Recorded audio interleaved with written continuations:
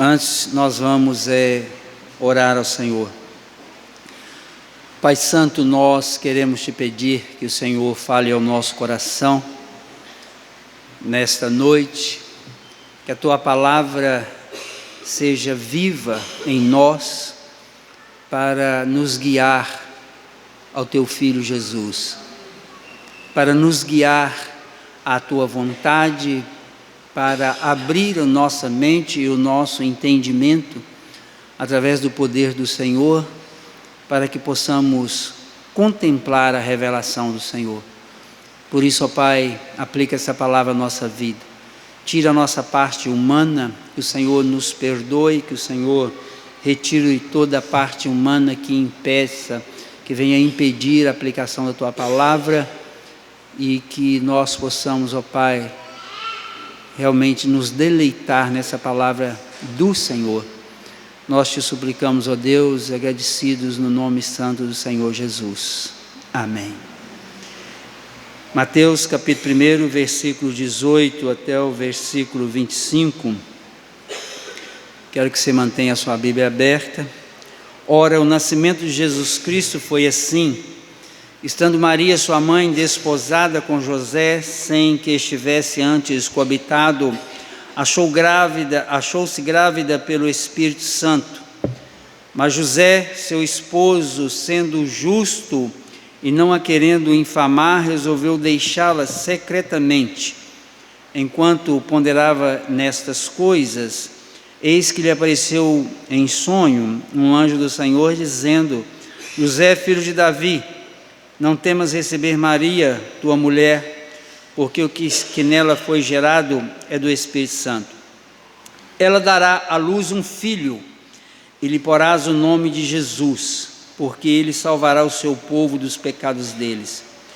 Ora, tudo isso aconteceu para que se cumprisse o que fora dito pelo Senhor por intermédio do profeta: eis que a virgem conceberá e dará à luz um filho, e ele será chamado pelo nome de Emanuel, que quer dizer Deus conosco.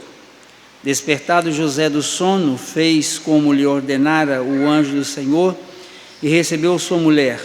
Contudo, não a conheceu enquanto ela não deu à luz um filho, a quem pôs o nome de Jesus. Nós já lemos a parte posterior, no capítulo 2, onde mostra que Jesus nasce em Belém da Judeia, quando José vai com Maria para o censo, e aí Jesus nasce naquela manjedoura.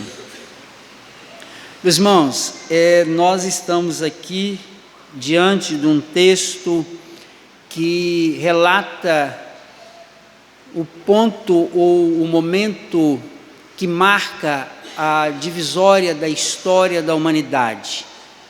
Começa aqui um período de poucos anos que é o centro de todo o tempo em que este mundo, da criação até a volta de Jesus, o que temos de mais importante na humanidade.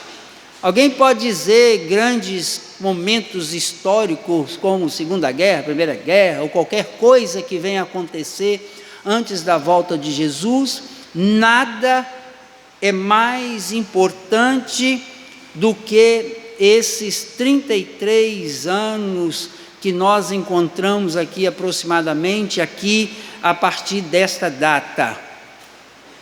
A data do nascimento de Jesus. Nós sabemos que não deve ter sido no mês de dezembro, deve ter sido no mês de abril, mas isso não é tão importante. A data mais importante é o fato ocorrido. É um texto que nós podemos às vezes lê-lo e passarmos batido, acharmos bonito, cantamos, mas é necessário a gente talvez dar uma pensada e uma melhor no que aconteceu aqui nesse dia. O texto é claro que José, ele estava desposado com Maria, ou seja, aqui esse desposado é mais ou menos o que nós temos aí nos nossos dias como talvez não tanto nos nossos dias, né, mas aquilo que nós deveríamos chamar de noivado, quando há uma pretensão, já uma decisão de casamento, mas ainda não há um relacionamento sexual. O texto diz isso claramente quando ele diz que Maria estava desposada com José, mas eles não tinham tido, eles ainda não haviam coabitado, eles não tinham relacionamento sexual. Eles já estavam prometidos em casamento. E Maria achou-se grávida. Ela, de repente, aparece grávida. O texto é claro, porque o versículo 18 diz que ela achou-se grávida, apareceu grávida. Uma mulher que aparecesse grávida nessa época e que não tivesse, ainda não estava desposada, que não teve ainda o relacionamento com o futuro marido, ela tinha que ser levada junto aos sacerdotes, teria que ser levada junto aos juízes, serem apedrejada até a morte, porque ela teria cometido um ato de adultério. E apesar de que ela ainda não estava completamente casada, mas o texto diz que mas José, seu esposo, sendo justo e não querendo infamar, não querendo fazer má fama dela, ele resolve deixá-la secretamente. Ele esconde Maria. É isso que acontece. Ele esconde Maria para que ninguém descobrisse que ela estava grávida. E nesse ato dele, a Bíblia diz que ele era um homem justo, ele tem um sonho. Um sonho em que um anjo do Senhor chega a José e diz a ele: José, filho de Davi, não tema receber Maria, tua mulher, porque o que nela foi gerado é do Espírito Santo. Ou seja, ela não teve relação sexual com ninguém, ela continua virgem, porque já foi profetizado, como nós vemos no versículo 23, eis que a virgem conceberá e dará à luz a um filho. Por que o texto declara de forma tão contundente a expressão de que Maria era virgem? Para mostrar para todos nós que o que aconteceu foi uma obra sobrenatural do Espírito de Deus. Uma obra sobrenatural. José, ele vai se tornar o pai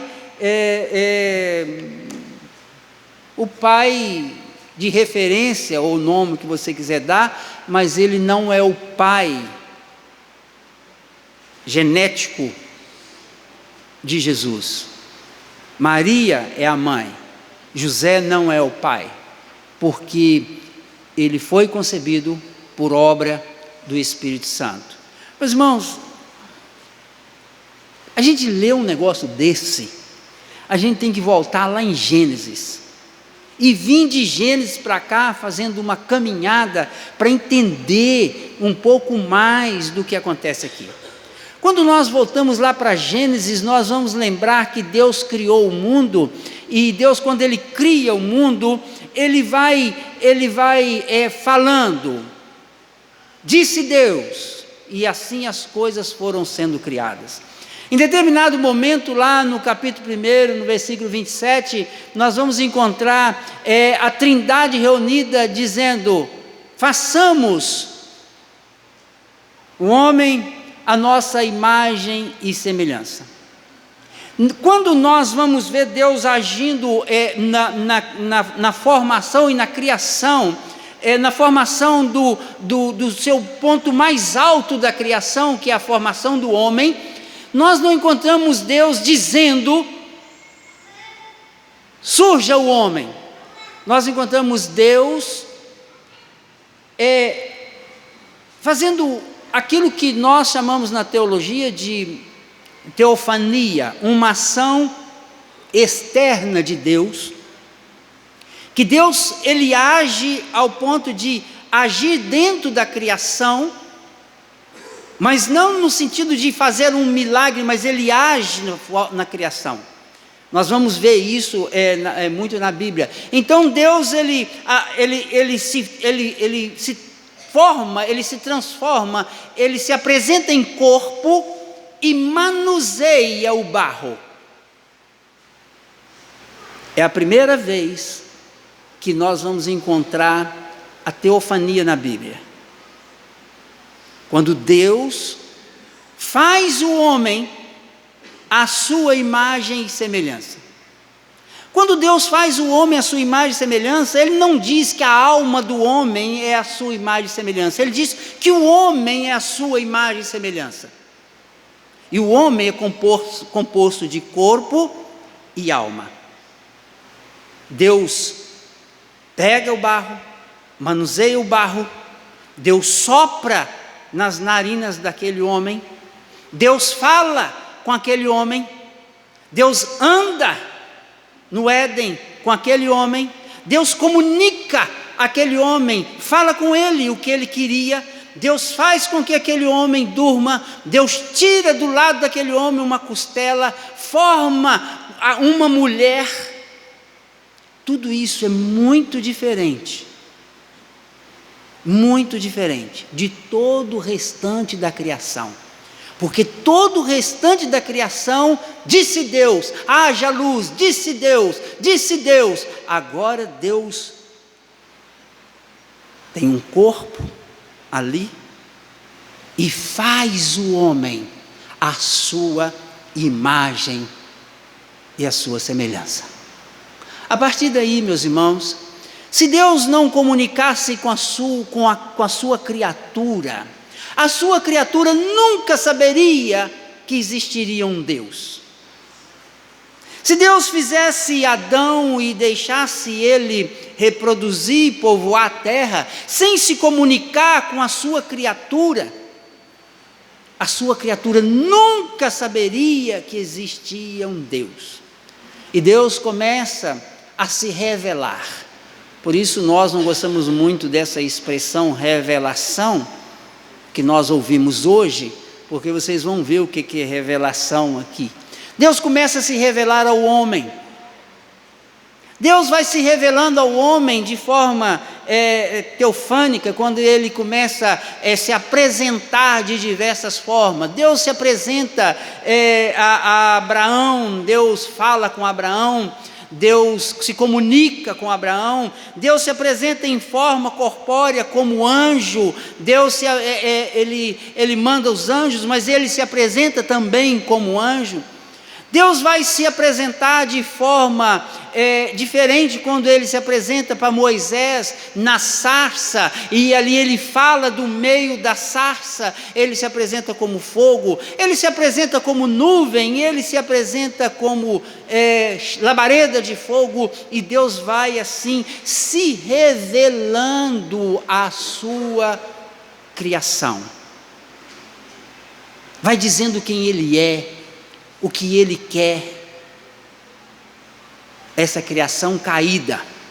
Meus irmãos, toda a Bíblia, do início até o final, antes dos evangelhos e depois dos evangelhos, toda essa Bíblia existe por causa do evangelho, por causa deste período que nós encontramos do nascimento à ascensão de Cristo, porque tudo dirige para este momento da história do nascimento, morte, ressurreição e ascensão. Então Deus vai se comunicando de forma extraordinária para o homem. Nós vamos ver isso muito lá no período dos patriarcas, nós vamos ver isso muito no período mosaico, quando Moisés vai falando com o povo no meio do deserto, e vai guiando o povo, e Deus falando com Moisés, e Moisés comunicando o povo. A partir daí Deus começa a se revelar para os profetas. Aí nós vamos ver uma mudança muito forte. Deus começa a se revelar para os profetas de duas formas muito claras. E uma delas está aqui, quando Deus começa a se revelar através de sonhos e de visões. Os profetas eram conhecidos como videntes. Quando Deus se revelava através de sonho, o cidadão estava dormindo, ou seja, ele estava inerte, e ele tinha um sonho. É o que aconteceu com José.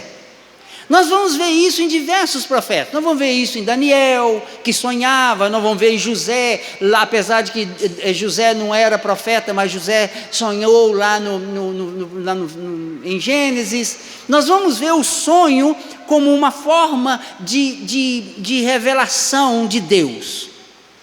E nós vamos ver o vidente, aquele que tinha uma visão.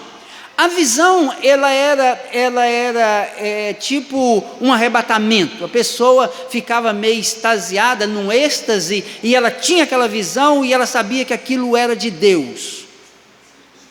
Nós vamos ver diversas visões. Os profetas tinham isso. Uma outra forma de revelação que nós encontramos na palavra é uma forma de revelação de operação concursionista. O que é isso? A palavra concursum, no latim, ela significa uma parceria, ela significa um ato em que há uma parceria. O homem não está nem tendo visão, nem sonhando, ele está consciente e Deus age nele, e aquilo é uma revelação de Deus. Nós vamos ver isso também no Novo Testamento, no Velho Testamento e principalmente no Novo Testamento, nas escritas do Novo Testamento, através de Paulo e através de muitos outros. Meus irmãos, por que de toda essa história? Porque aqui nesse texto, Deus encerra todas essas revelações. E Deus agora faz algo maravilhoso. Deus agora decide se mostrar ao homem como ele é. Quando a Bíblia diz que um menino vos nasceu e o seu nome será Emanuel, Deus conosco. Agora, o que nasce da virgem, quem nasce da virgem, não é mais um filho do homem, no sentido de que teve um pai humano e que recebe por herança genética, por herança de pecaminosa, de natureza pecaminosa de Adão, o pecado, mas agora nasce aquele que criou todas as coisas e quer se revelar ao homem. Quando nós lemos esse texto, nós temos que entender que o que acontece aqui é o ponto maior da revelação de Deus. Nada que tem no Velho Testamento e nada que tem no Novo Testamento, nada do que vem no futuro é maior do que tem aqui. Deus agora, Ele não vai mais falar com o homem através de um profeta que sonhou, nem através de um homem pecador que teve uma visão, nem através de alguém que teve uma parceria, em que Ele fala através de um homem que pecou, mas agora nasce o Filho de Deus. Deus agora vai falar com a sua própria boca. Ele se torna homem. E quando você lê os evangelhos, você vai entender isso de forma muito clara, porque Jesus, quando eles perguntam a Ele, mostra-nos o Pai, e Ele diz, quem vê a mim, vê o Pai, porque eu e o Pai somos um. O texto é muito claro, meus irmãos, que o texto vai dizer, Hoje ela dará um filho, lhe porás o nome de Jesus. A palavra Jesus significa Javé salva. O Deus Javé, o Deus do Velho Testamento salva. Quem nasce é o Criador. Quem nasce é o Criador. Nós estamos no Natal, meus irmãos, e às vezes nós não paramos para pensar, e às vezes até paramos para pensar, mas ficamos muito superficiais em dizer assim: Jesus nasceu, nós estamos comemorando o nascimento de Jesus. Meus irmãos, o que é o nascimento do Deus Criador? O que é isso, meus irmãos?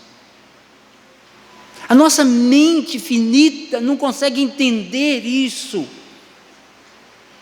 Foi um milagre, o Espírito Santo foi lá e tocou no ventre de uma virgem e ela deu à luz a um menino. Nós pensamos no menino, meus irmãos, foi um menino. Mas quem nasceu foi aquele que criou os céus e terra, aquele que decide nascer agora, de uma mulher, de uma criatura, porque Maria era uma criatura. Maria, ela era filha de pai e mãe normal como qualquer outra pessoa,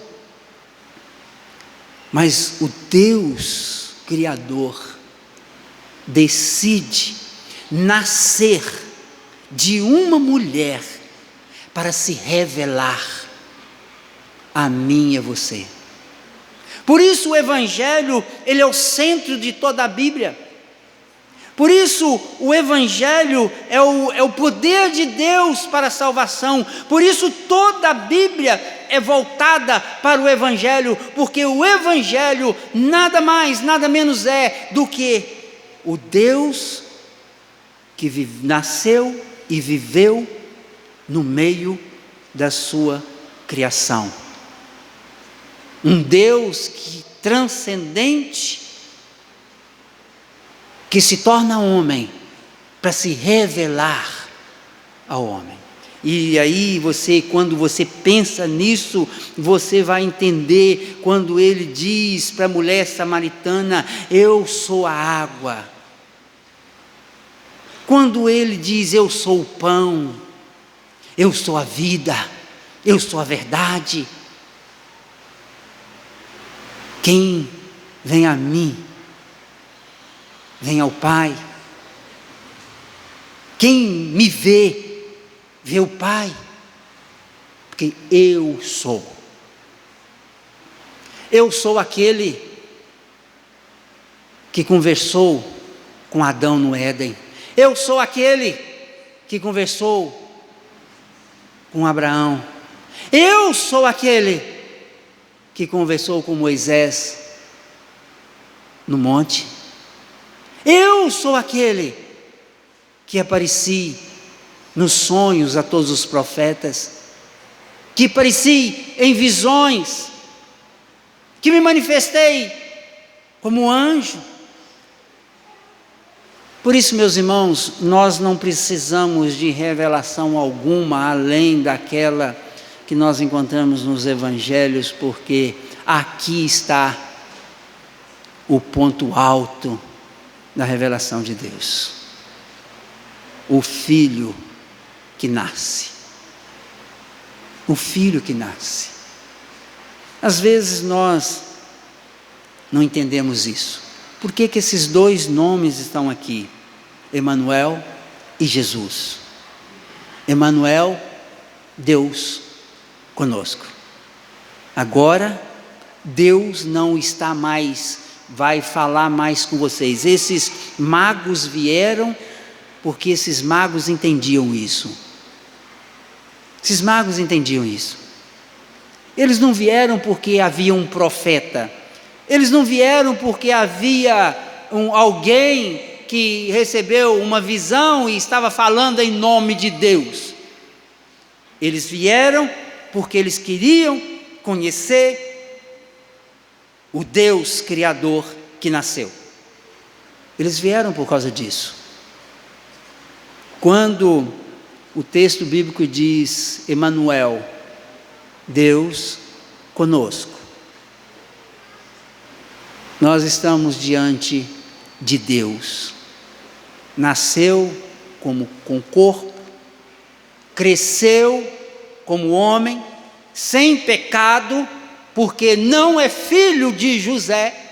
Se você ler o primeiro capítulo, você vai ler que a genealogia de Jesus, para mostrar que de Adão até Jesus vem trazendo a genealogia de Jesus, e vai dizer José, mas ele não é o pai genético de Jesus. Por isso Jesus nasceu sem pecado. E o que mais nos impressiona é quando Paulo vai dizer: o primeiro Adão não cumpriu, desobedeceu, mas o segundo Adão, Jesus, esse cumpriu, e esse morreu pelo meu e pelo seu pecado. Natal, estamos aí fazendo as nossas festas, comendo, nos alegrando, dando presentes uns aos outros. Começa a se ver essa agitação social, esse quase frenesi de compras, mas houve sim todo um mover dessa criação. A estrela se moveu, os magos se moveram, os anjos se moveram, tudo se moveu, porque naquele dia nascia o Criador. Tudo isso com um objetivo, executar um projeto criado na eternidade por Deus Pai, Deus Filho e Deus Espírito, para salvar a mim e a você. Tudo isso para perdoar o meu e o seu pecado. O que nós fazemos com isso? Comemos peru, churrasco nem tanto porque a carne está cara, frango assado, damos presente, mas o maior presente que nós poderíamos ter recebido e que nós podemos receber na nossa vida é entender que o Criador nasceu, viveu sem pecado e não precisava de morrer naquela cruz, porque ele não tinha pecado, mas ele decide morrer por mim e por você, simplesmente para tomar sobre si a ira do Pai e nos salvar. A partir daí, você vai ver ele falando assim com Nicodemos: Nicodemos,